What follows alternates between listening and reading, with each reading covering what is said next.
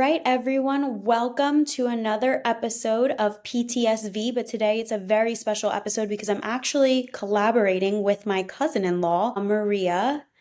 Say hello, everyone, to Maria. And we are also co-hosting this together with her brand and her business that's called Reimagine Mind, but her podcast is called Life Psych. So I'm really excited to do this. This is something that her and I have been wanting to do since literally day one that we met, before any of this even existed, either of our brands and our companies. And we're finally making it happen a few babies later. We're finally here. So, Maria, do you want to introduce yourself? Sure. Thank you. I'm so excited. You're right. We've been talking about this for a while, so it feels really natural that it's finally happening. It feels like a really good point, especially because both of us have now experienced some of what we're going to be talking about. So I think it brings not only our professional lens to it, but our personal experience, which I always think brings a nice light to everything that we talk about. But yeah, my brand is Reimagine Mind Counseling and Consultation. The podcast that I have is Life Psych Podcast.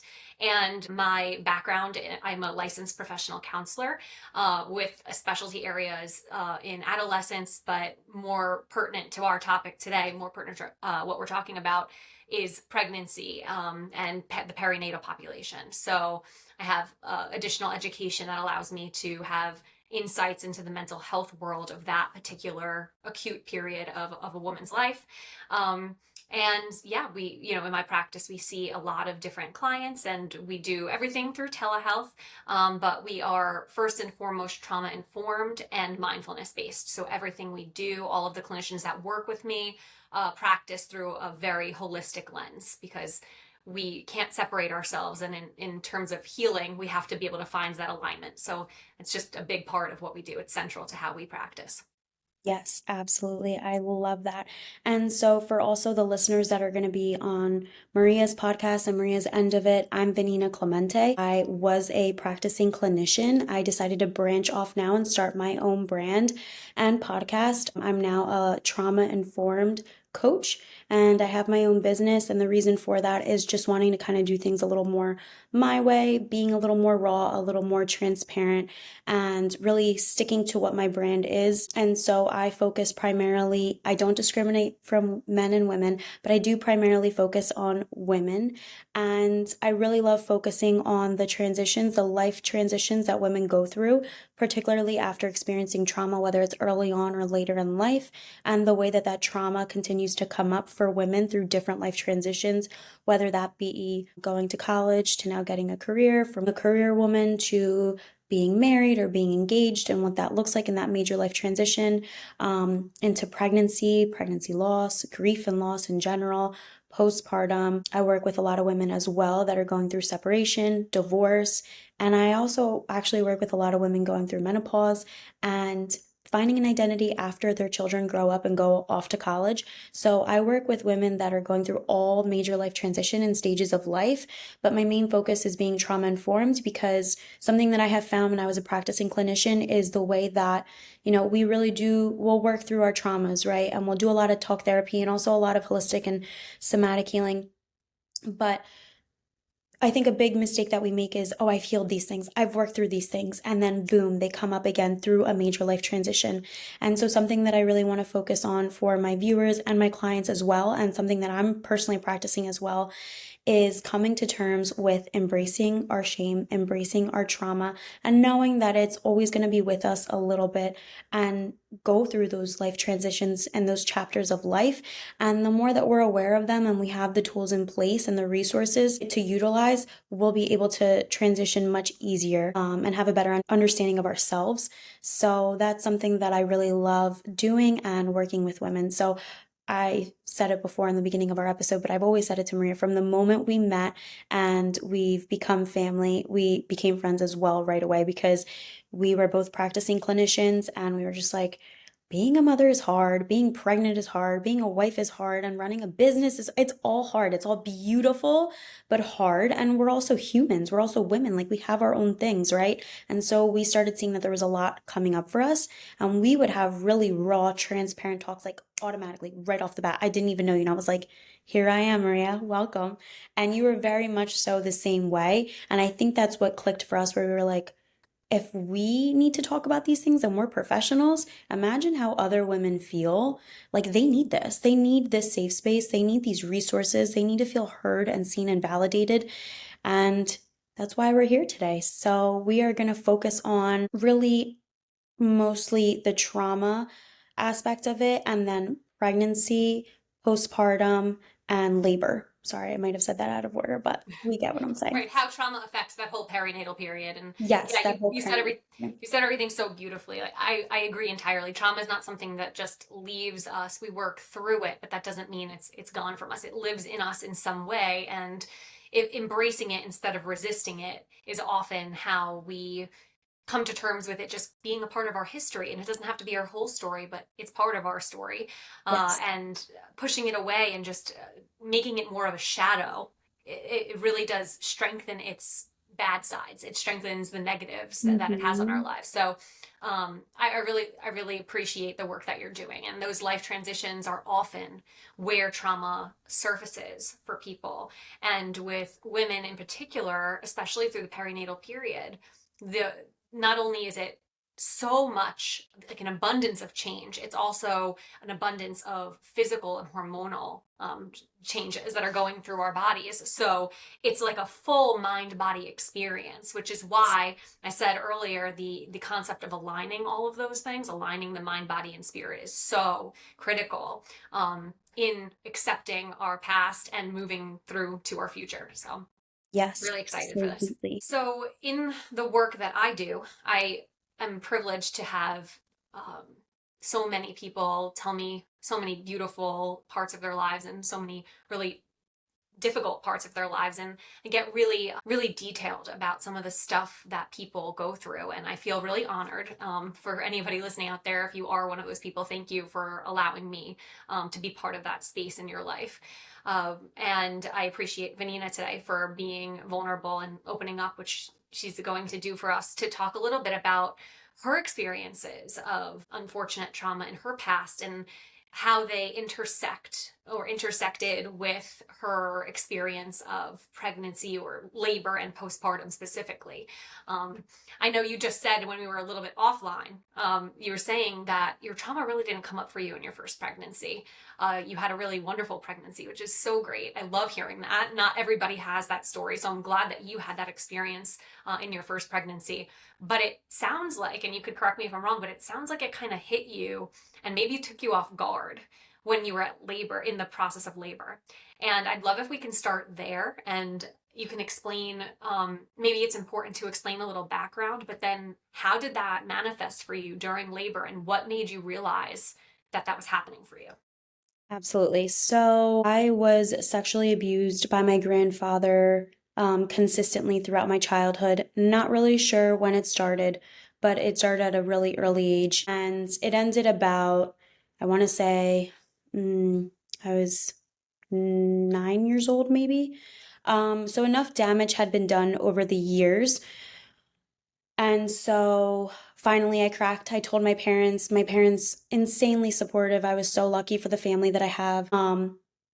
And my parents took me to therapy. You know, they tried to do all the work and they were scrambling to just figure out what would be the best thing for me. I mean, I'm just a child, right? And I'm describing all these things that I've underwent literally right under their eyes, unfortunately. And it didn't really seem like I needed therapy at that time. I think I was just way too young and I was just still trying to be a kid and I didn't really want to think about it or feel it or anything like that. And so with that, a lot of behaviors did come up for me though as I was going through those life transitions because now we're talking about becoming a teenager, being interested in boys, going to school, being bullied, trying to fit in, as if being a teenager and then a young woman and then going to college isn't hard enough in those transitions with your hormones and just growing up. But I had all of these unresolved things, right? And so I started to dig into going into therapy, I want to say psychotherapy, so talk therapy, in my very early 20s after my dad passed away. My dad suffered from Parkinson's, and that was really triggering for me, that grief and that loss. And I was also going through a really toxic relationship. And again, I was very young, I was like 19 or 20. And so when all of that was happening, all of my actual past trauma, which really had nothing to do with that, started coming up because it was the way that I was processing my emotions, or actually not processing my emotions. I was turning 21. My environment was going out, drinking, partying, having fun, right? And then working in the nightlife industry, being very sexualized, but still trying to remain very respectful within myself and true to my core values. And so it was all getting very tricky for me because, again, all of this unresolved trauma that I had never really processed. So I go through all of this work of going to therapy many, many years, really love therapy. And that's where I started realizing how important processing your emotions, validating them, understanding yourself, understanding why we do the things we do, why we do them, where they're stemming from, what that looks like for us. Just learning a lot. And then that's what took me into becoming a therapist and getting my master's and doing all of those things, working under private practice. So fast forward, again, like I said before, we'll go through all of these life transitions, work through all of these things and say like, I'm healed. I did it. I did the work. Like, when you really do all of the hard work, right? You spend years and years just really processing heavy, dark stuff. And so, your goals next are, okay, well, I'm ready for a healthy relationship and I'm ready for marriage and I'm ready for babies, right? Like all that stuff is behind me. And then boom, it hits me. I chose to be pregnant. Like it was my husband and I were like, let's have a baby. We planned it. Most beautiful experience ever. I had a beautiful pregnancy too. That's what I was telling you off camera. I felt like Kourtney Kardashian. I'm like, I love being pregnant. I could be pregnant 100 times. Like I carried beautifully, no issues, never sick, barely struggled. So it was really shocking for me, but more so triggering when I was in the delivery room. I had a really traumatic delivery in the sense that I felt very disconnected from my body. And the second that I felt very disconnected from my body, when previously I did a lot of somatic healing as well, I did a lot of ayahuasca, I did a lot of spirituality, I just did a lot of things that made me feel very confident in who I was as a woman, as about to be a mother, as a wife, as a clinician at the time. I just felt very aligned with myself. So to feel so confident in yourself, and I wasn't ignorant to the fact of like, okay, what's coming I've never experienced, right? So I'm sure it's going to be very difficult, but to be that thrown off, that was very hard. And in that moment of, feeling pain, feeling those contractions, because I did it natural for many, many, many hours, and then just feeling very violated in my experience of just laying back on the table. And this is something that I've actually read a lot about that women feel. I wasn't really, unfortunately, I wasn't really supported by my doctors in the sense of having the ability to say like, no, this is what I'm going to do. And I read a lot about that too. Like I had an entire pregnancy plan that I brought with me. I looked like a crazy person just being like, this is my list. These are my non-negotiables. This is what I'm going to do. And then when the time came, it was just so fast. You're in the moment. You're in so much pain. You're so afraid. And it all kind of just goes out the window, right? Like the plan goes out the window. And I would say to my doctors, like, I've been pushing on my back now for 7 hours. It's not working. I'm in excruciating pain. My oxygen levels were dropping. I was shaking uncontrollably. Like, it was just really difficult. They wouldn't let me stand up. And they were like, well, the baby's stuck and you're too narrow and we're going to have to do a C-section. And I was like, no, unless first and foremost, unless the baby is in any danger, I'm not doing a C-section. And if I'm not in danger yet, then I'm not doing a C-section. And they were really pushing for that. And I was like, and I took a video too, which they also didn't want me to take a video, but Yeah. you're not going to tell me I'm not going to take a video of. So I did. I sneakily, like my husband's a saint, and he helped me kind of place my phone in an angle horizontally where you can like see my entire experience. And I'm so glad that I did that too, because you forget so much when you're going through all of that. And now looking back at the video, I still get chills. But in the video, I'm like, I'm not getting a C-section. You can't make me. I was like throwing a fit. I actually And remember that because I remember you showing me that part of your video. And I remember you saying, you're not making me. I'm not doing it if I don't I'm have not doing it. And I said, and if it comes to it that I have to do it, I'm a very vain person. So you have to know that. You have to make the incision very low and very small. And she looked at me like I was a monster. But you know what? I had to start advocating for myself because, again, I was in such a vulnerable place. And not to be too raw or vulgar, but my legs are just like spread open for 6 hours. You have people coming in and out that you don't even know. I mean, again, I know they're professionals. And when you're in that mindset of I'm giving birth, like I think any woman that has had a delivery can say like, you think you're going to care about these things, you really don't in the moment. But after a while of laying there with just my legs open like that for so many hours, I really, and on like a table, and I'm just laying on my back, and you're telling me I can't get up, I can't walk, I can't even roll over. I would tell them like, look, I can move my legs. The epidural has worn off. Like I get maybe it's a liability for you guys, but I'm very active right now. Like I can move. Like please let me get up. And they would not let me. Like it was not an option. I started getting very triggered. Like I Yeah. started, I'm getting choked up because I've actually like don't think I've ever talked about this openly, maybe with you in the beginning, but um, you start to get very triggered. You're just like, what is happening here? Like, I'm scared. I'm exhausted. I can barely catch my breath. I don't have And control over what's going on. That's right, a I big have part of zero it. control. I have no idea what's going on. They're telling me the baby's stuck, but I'm not in danger. He's not in danger. But I've watched all the videos, all the YouTube videos of like, if the baby's stuck, do this, move this way, move, because And then I you weren't allowed knew. to. Exactly. And you're telling me, no, you have to. And they were like, it felt like they were strapping me down at one point too. And I'm like, what is going on? Like, why am I being held hostage at this point? It feels like, and I'm so vulnerable. Like, I'm going from feeling so hot to so freezing cold. I'm shaking uncontrollably. I see my husband who's petrified. He's with me the entire time, just being, I mean, I couldn't believe how amazing it was. I knew he was a great person, but like, it's It shows you scary. a different side of your husband or your partner when they're with you during labor. It really does. Yeah, it really did. And I could just see the fear and just like the defeat in his face too. And again, legs spread open, laying there, you're telling me I can't move, I can't do anything. So That's a that whole then, unspoken side of things that maybe one day we can talk about is exactly. the partner's view of what's going on and how they're so unprepared. They haven't physically gone through pregnancy for 9 months and all of a sudden they're thrusted into this really wild experience with very little information. And the Very person they little. love the most is in a lot of pain, is being controlled by a lot of other people, and they have no Yeah. control. Yeah, because we put so much trust in our doctors because I mean, it's literally their job. I'm not going to go into a place where I'm actively going to you seeking help and tell you how to do your job, right? It would be like a client coming to me and telling me how to be their therapist. It's like, well, I kind of know what I'm doing just a little bit. So you go in with that trust and that regard of like they want what's best for me. But after a certain amount of time, that doubt starts to creep in, and when you're in such a vulnerable and triggered place, you get really scared, like You very know what? scared. You know what, Vanina? It's that, but it's also that when you're a mother or becoming a mother, there is a true intuition that we have. Every human is born with it, and we all have it.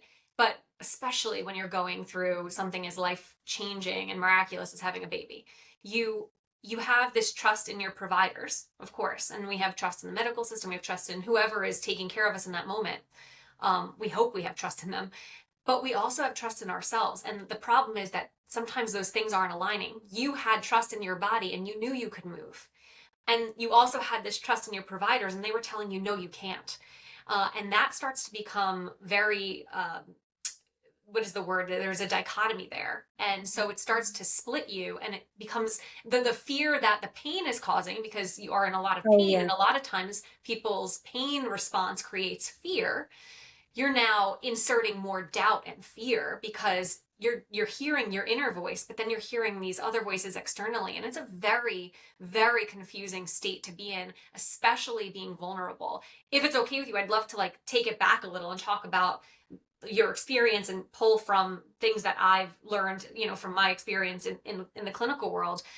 The vulnerability aspect of it, I don't think we can overstate enough how physically vulnerable it can be to be, especially in a hospital setting. So the work that I do, I also work as I'm a vice president of an organization called the Perinatal Resource Collaborative, and I have the privilege of working with so many types of perinatal providers. So I've learned so much about alternative ways of giving birth, or um, ways that you can still give birth in a hospital, but they're supporting you in a way that maybe creates more space for the woman who's giving Right. birth to have control over the experience. Um, And what we're learning and what the research shows is that unfortunately in the United States, as much as I truly believe the providers have their best interests and our best interests at heart, most of the providers I've met are lovely, like OBGYNs, lovely individuals, and they're really talented at what they do, but they're very one track minded. Yes.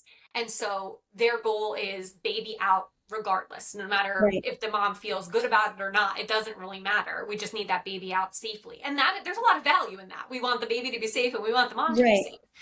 But what the research shows is that the United States isn't as great as some other countries at Hmm. being supportive and allowing the process of pregnancy to not be so medicalized. Yes. We very much medicalized it. So when we're in a hospital setting, which is a very It's medical so setting, medicalized that then it also feels very transactional.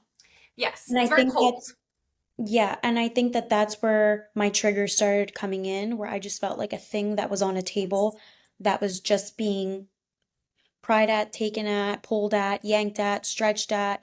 And I would say, like, I think this is gonna work, or I think I want to do this, and it was no, no, no. And I was just like, and normally, I mean, I think that you know me pretty well at this point, and for people listening that know me well, I'm a very loud spoken person. Like, you're not gonna tell me what to do.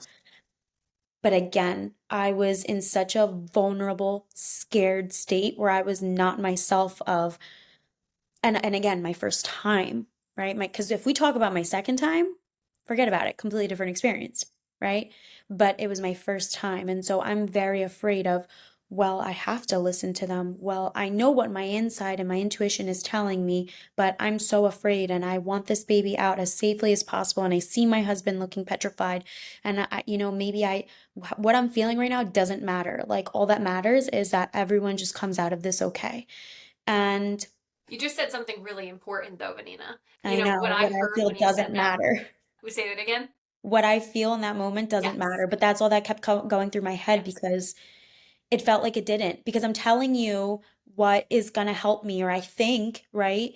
I'm trying so deeply to tap into whatever I have left that feels natural for me, and you're telling me no. So you're telling me what I'm telling you doesn't matter, and what I'm feeling doesn't matter, and what I'm experiencing in this moment doesn't matter. And that's not to say that my team wasn't lovely to me. They really were, right? Like, I'll never forget um my nurse's name and the way that she treated me. She was lovely, but in the video, see, I feel that. Thank God I have the video. In the video, you could tell they were frustrated with me too. Yeah. And she made certain comments, and it was just like, interesting.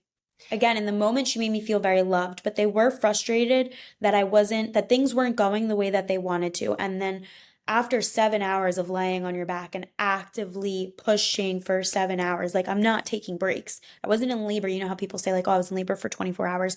No, I was You're in actively. active labor for that long. Yeah, that's a long time to your body can only handle so much physical activity. I mean, and the physical activity it takes to go through So labor I is could tell a lot. they were as lovely as they were being in one sense. I could tell they were getting frustrated with me. And I'm just like, are you guys kidding me right now?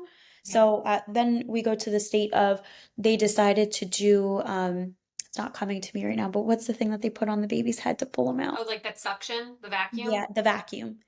And so they did that for way too long. And afterwards, I've read articles that people, like doctors, have actually ripped the baby's head off of the neck and like have killed babies very recently. Thank God I didn't know that before because I would have never made that let that be an option. But they did that for like about 40 minutes or so, which I don't even think that they're allowed to do that for that long. And thank God my son is okay.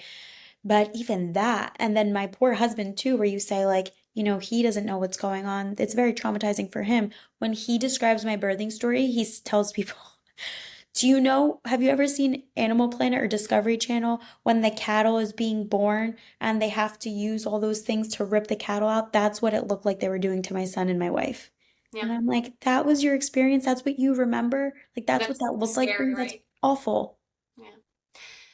It's such a there's so much of a wide variety of birth experiences, but if we're bringing it back to the topic of trauma from today for today, something that I found really interesting from your story was kind of like drawing drawing like or threading a needle through everything you've said so far, right? You did a lot of the work. You had this really unfortunate experience when you were younger, and that trauma lives with you, right? Um, you did a lot of work to heal from that, and you felt as you became a woman and you've matured, you felt really good about who you were, as you said, as a clinician, as a wife, as a soon-to-be mother. You felt really good about all of those identities and felt really confident in that person. And you even describe yourself as being, I think you said loudmouthed, or like you speak up for yourself. And I do know that about you, and I value that part of you. Um, but then you said in this experience of labor, the vulnerability and the parallels that it might have brought up for you from your trauma really reverted you back to a different state of who you were. So those confident identities, that confident woman that you had become, and you did all that work, and all of that's really true. Yeah. It's also very true that that little girl was living inside of you, is living inside of you, and she became a much more prominent identity in that moment, because of the very, very vulnerable experience that you had, during your birth, Yeah. during your son's birth. Um, so I think it's important to talk. Are you good for a moment? Yeah. Oh, no, I'm good. Okay, okay. Um, I think it's important to remind people that, we think of memories as like thoughts a lot of the time, like Hmm. visions and thoughts, but memories live in our body, especially traumatic memories. And that's something I work a lot with. And I'm sure you do too, Vanina, when you're working with your clients. When you work with trauma, you can't not work with the body. The body It's it has a the memory whole of thing. its own.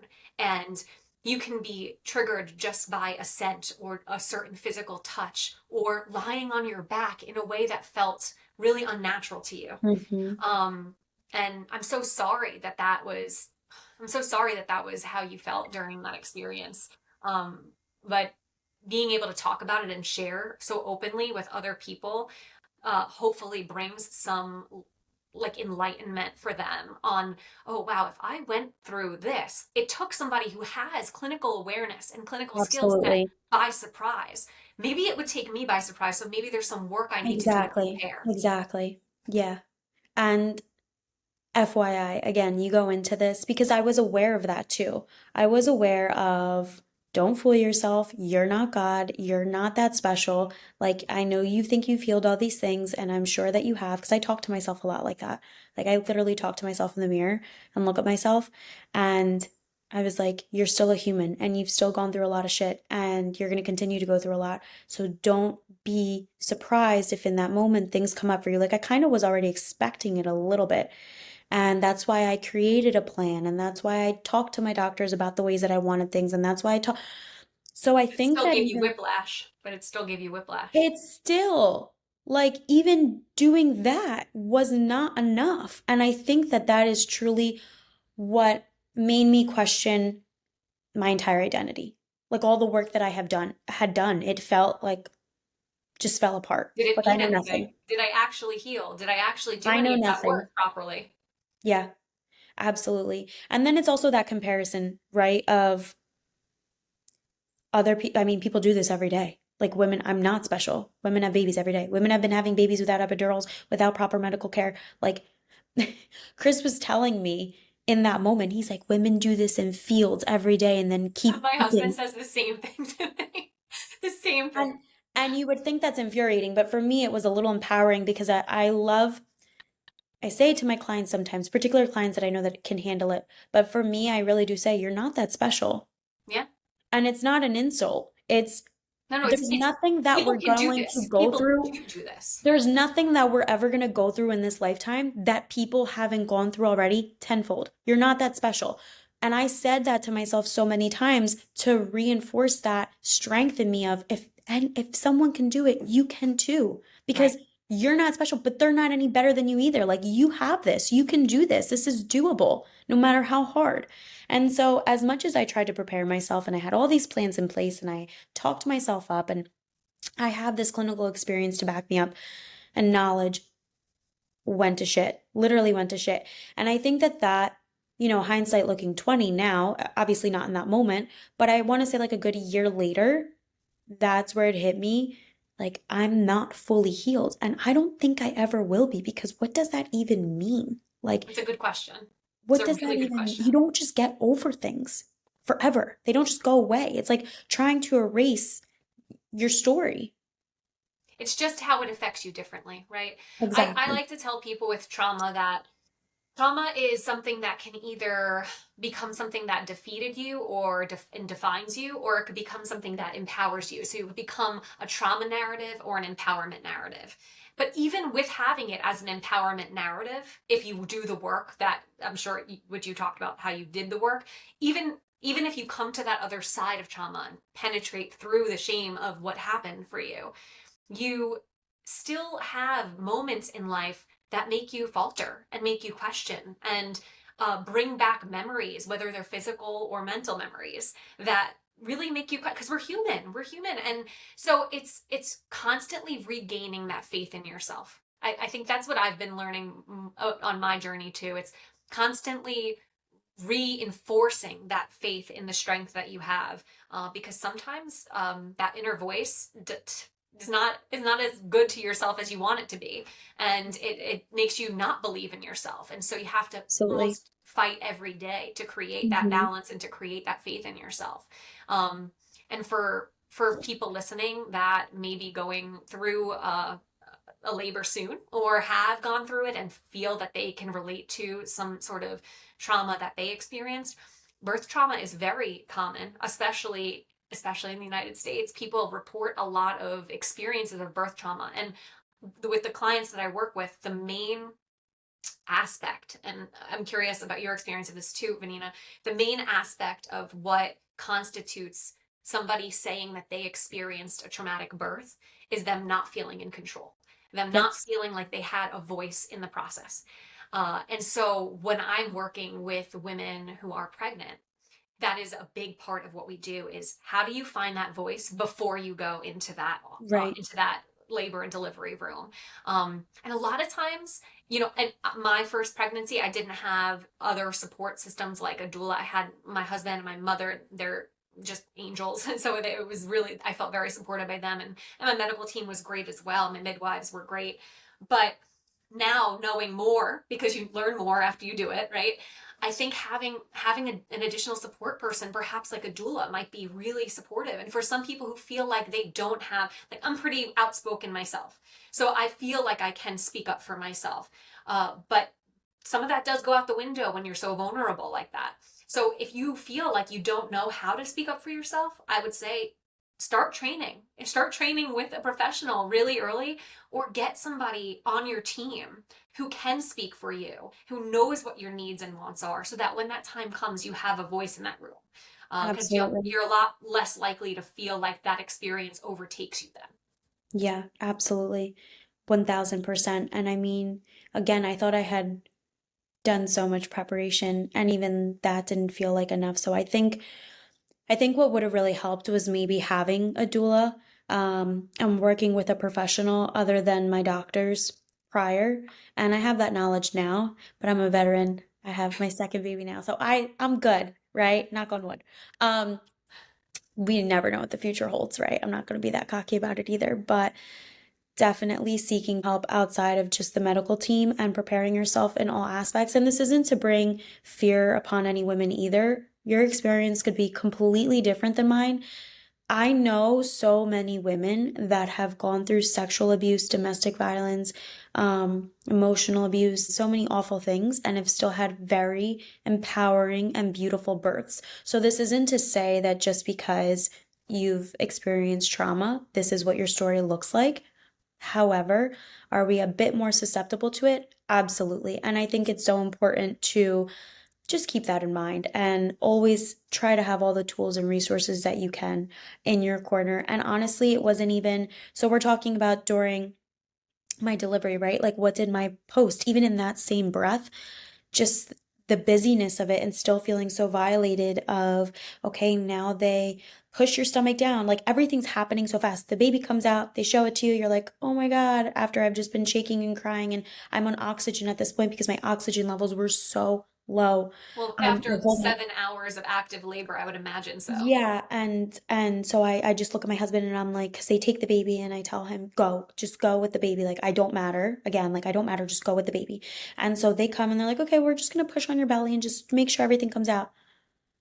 Again, I had no idea about that. Like I had seen YouTube videos and stuff, but the way that the way that it's so fast for them. It's as if, and it almost infuriated me a little bit. And honestly, I'll go into why I prefer male gynecologists, which you would be like, okay, wouldn't that trigger you more? But no, I feel like female doctors sometimes they infuriate me because I have found them to be a bit rougher around the edges. And I'm just speaking I've heard purely, that from other people. I'm speaking Everybody's experience is different, but I've heard that as well. purely from my experience, I now only go to male doctors. Like that is just my preference. I feel like they're a little more afraid to fuck with you, to be honest, because they don't know what it feels like. And I think that sometimes women that go through certain traumas or go through certain things almost become a little disassociated or mechanical about things, and that's the way that it felt.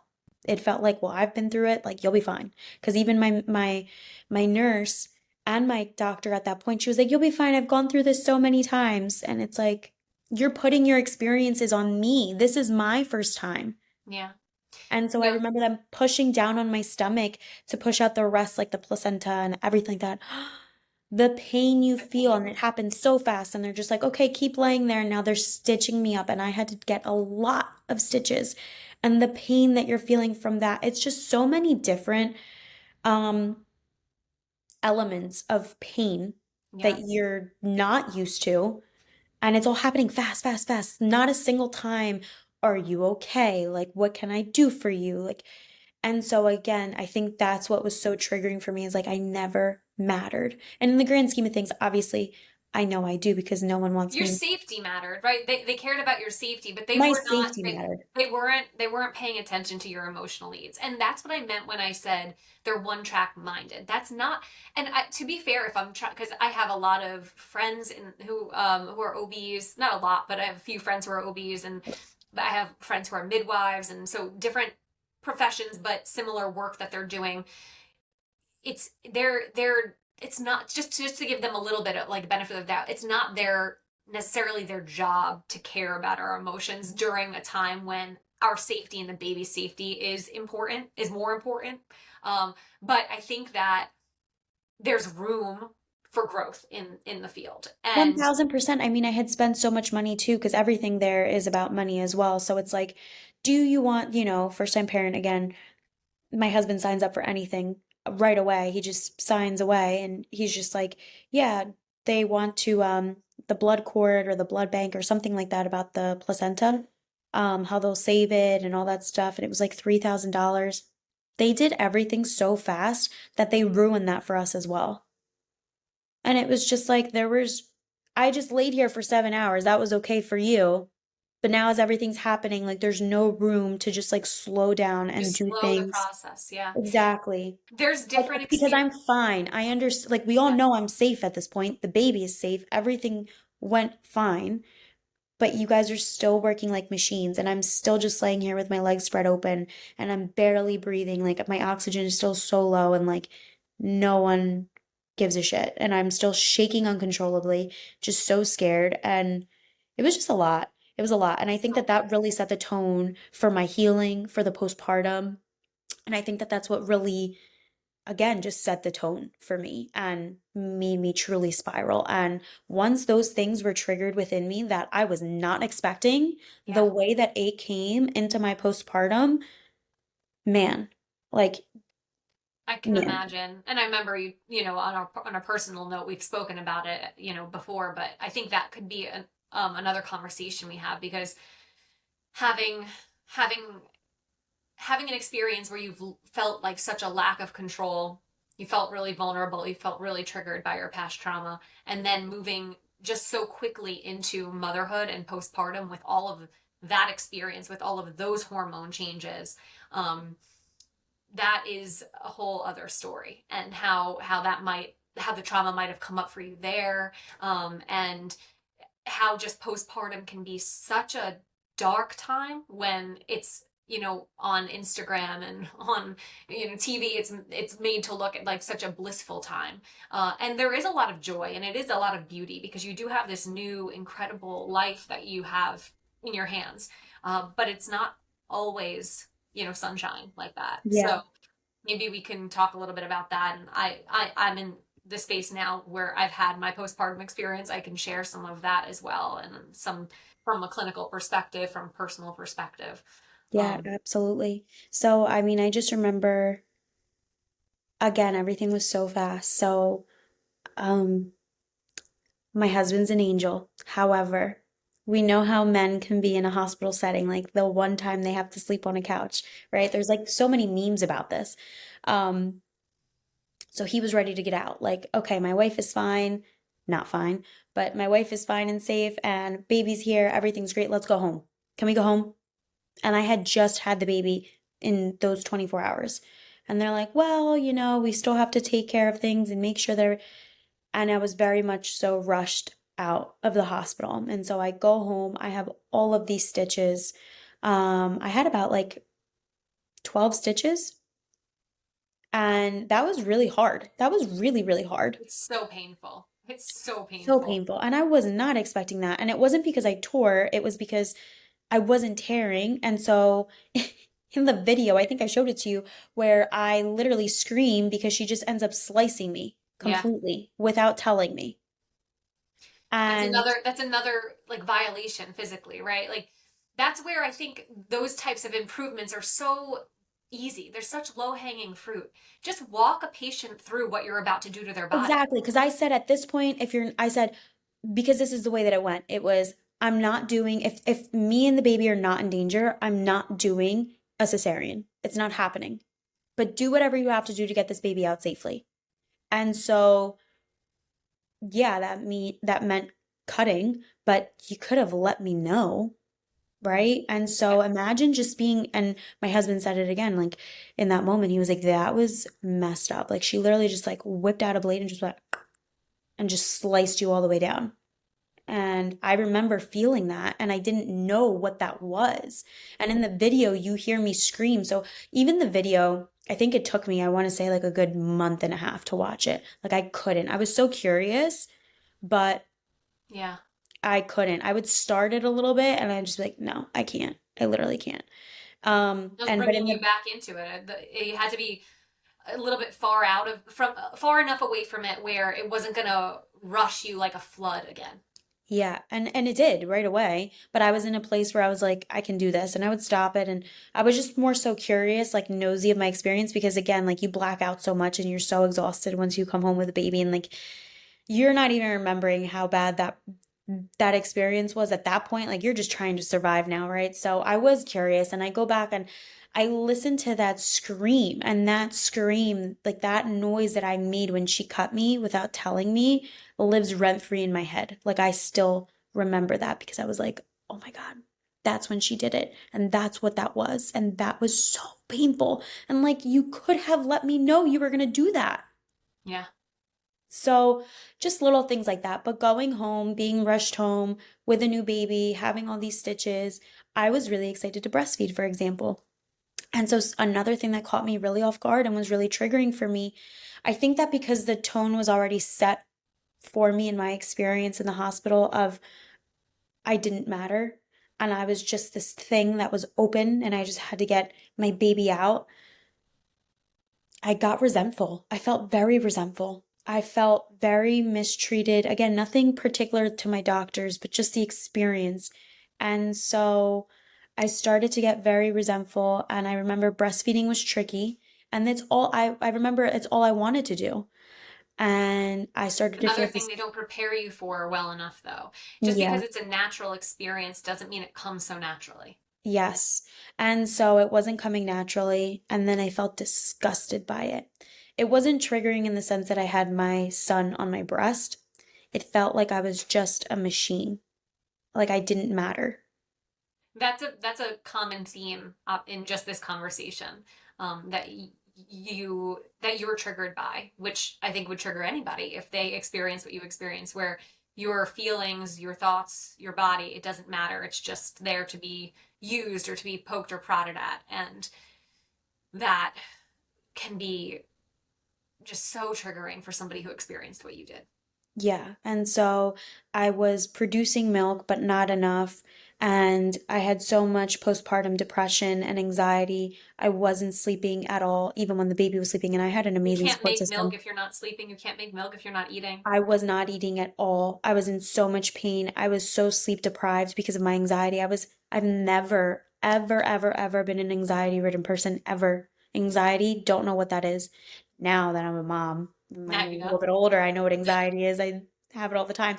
But prior to that, that was a very new experience for me as well. It's a scary N- experience for people who've never had that full No. body anxious moment. No, and I felt anxious every waking moment and I wasn't sleeping and it was, oh my God, the baby's gonna die. The baby's gonna stop breathing. It has to be like this. He has to be like that. And I remember my mom, she stayed with us for months living with us. And she would say, Vanina, let me take the baby, go to sleep. There's nothing that I can't do. Go rest. I couldn't. I couldn't. It was so awful. So I was running on zero sleep. So I started feeling like I was going a little manic. I really did. And Sleep deprivation can not only change a person, it could cause psychosis. I mean, sleep deprivation is no joke when it gets to that level. and so then my husband was really pushing because he had no idea what I was going through. I mean, you could tell, but again, now we're back in the real world. He has to go back to work. Like he runs his own company, so it's not like he got paid time off. Like we got home, I have a support system, I have help. Like he's going back to work, right? And so um he's like, you just got to breastfeed. Like look at all the milk that you're producing. And I would lie. Like I remember I would lie because I did have formula as well. And I would say like, oh yeah, I fed him today, and I wasn't. So again, it was like I felt now that was very triggering for me as well. And I remember it bringing me to a place of like me lying to my parents about my abuse that was happening, and just pretending I'm breastfeeding my baby and I'm such a good mom and this And comes so everything's just natural fine. and I'm fine. And I'm going back to work now as a therapist, like 4 weeks postpartum, and I'm not breastfeeding. I hate it. It feels awful. Every time I'm doing it, I'm like crying hysterically. It hurts. I feel so violated. Yeah. My baby's not reacting well to it. I'm producing less and less because I'm not sleeping. I'm not eating. I have no appetite. I'm so anxious. And then I have to hop on Zoom calls and be a therapist. And I was seeing, I think like 8, 9 clients a day. I was just so unwell, So just tapped out. so unwell, so tapped out, and so triggered. And Yeah. the imposter syndrome that came in of being a therapist, But being so being, unwell. but being so unwell, I was like, I have no idea who I am. What just happened? I have no idea why I'm feeling all these things, why all these memories are coming up for me, all of these triggers. Why do I hate this so much? I hate being a mom. I hate my body. I all of the things that I worked through so much, especially when I did ayahuasca, which was really coming back into myself and feeling safe into my body and my skin, um, was gone. And I was so angry about that because if you don't mind me sharing, when I went to do ayahuasca, it was for me to better understand the way that my sexual trauma was trapped in my body. And so as soon as I got there, my shaman saw me, sat with me, held my hands, and he said, "You have susto." And I said, "What's that?" I mean, in Spanish, it means you're scared. But I said, "What is that? Like, what does that mean to you?" And he said, "I can tell that you have gone through such physical trauma that your soul is Doesn't not in your exist. body. Yeah. Your soul is hanging over you like this cloud, and it doesn't want to leave you because it knows that you're a good person and you have the capacity to be safe again. But because you haven't healed the physical trauma that's trapped in your body, your soul is not willing to come back to you right now."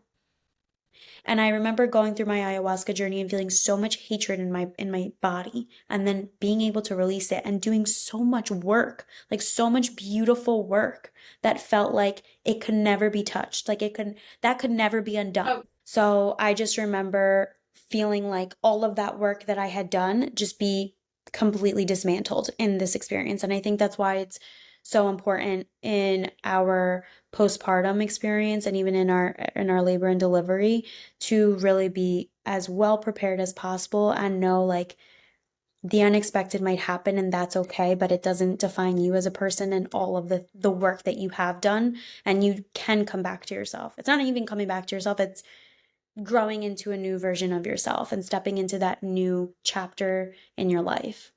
So that's my story. We have gone a little bit over time. I know you have to go, Maria, but this has been such a wonderful episode. And I'm super excited for us to do part two and share more about your journey and your experience in postpartum. And also, if you want to share a little bit what our next episode is going to touch up on, so our listeners have something to grab Yeah, onto. absolutely, absolutely. Yeah, first and foremost, thank you so much for sharing what you did today. And I'd love to also at some point hop back into a conversation about postpartum and mental health and what that looks like. And maybe you could share more of your experience with that, Vanina, because I mean, I could share, like I said, from my perspective as well, but I know that what you have to share is also really valuable. But thank you so much for being so vulnerable today. But yes, next time we'll be talking a little bit more about pregnancy loss, and I can go through some of my experience with that and how that can be very triggering in both subsequent pregnancies and in your postpartum. And yeah, a lot of people experience it. It's very common, just as trauma is very common, and a lot of people experience it. And it manifests in a number of different ways, but we're all human, and so it manifests in our body a lot of the times. And we can heal from it, as Vanine was saying. You could grow through it, and kind of form this new version of yourself that incorporates all that history, because we don't want to just push it away, but doesn't define your future. So I'm really Absolutely. excited to continue talking about that. Yes. Well, thank you so much for giving me this platform, Maria. And I'm really excited to do part two and hopefully more episodes in the future where we can combine both of our brands and our podcasts and just continue to connect with women and educate women and be that safe space for everyone. Sounds great. Love it. All I'll right. talk to you soon. Thank you so much. Bye. Bye.